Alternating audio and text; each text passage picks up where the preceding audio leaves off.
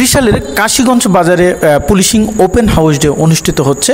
আমরা সেই open house day IBM টেলিভিশনের মাধ্যমে দেখাচ্ছি, আমাদের সঙ্গেই থাকুন।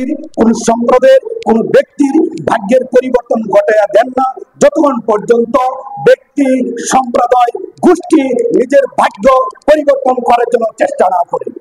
আমরা আপনাকে সার্বিক সহযোগিতা করব, অবশ্যই করব। এটা নির্মূল করার জন্য আপনি আমাদের প্রতি একটু তৎপর থাকবেন, সদয় থাকবেন।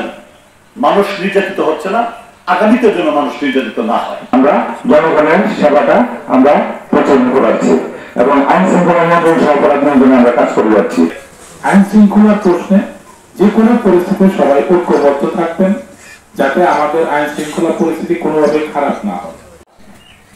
এখন আমাদের যে পরিবর্তিত পরিস্থিতি বলেন আর অপরিবর্তিত পরিস্থিতি বলেন, যেটাই বলেন, মাদক শুরু কিন্তু কি আমাদের ঘর থেকে। তো বড় বড় চালান আপনারা গ্রুপে তথ্য দিবেন। জান্নাতুল ফারুকী, আইবিএম টেলিভিশন।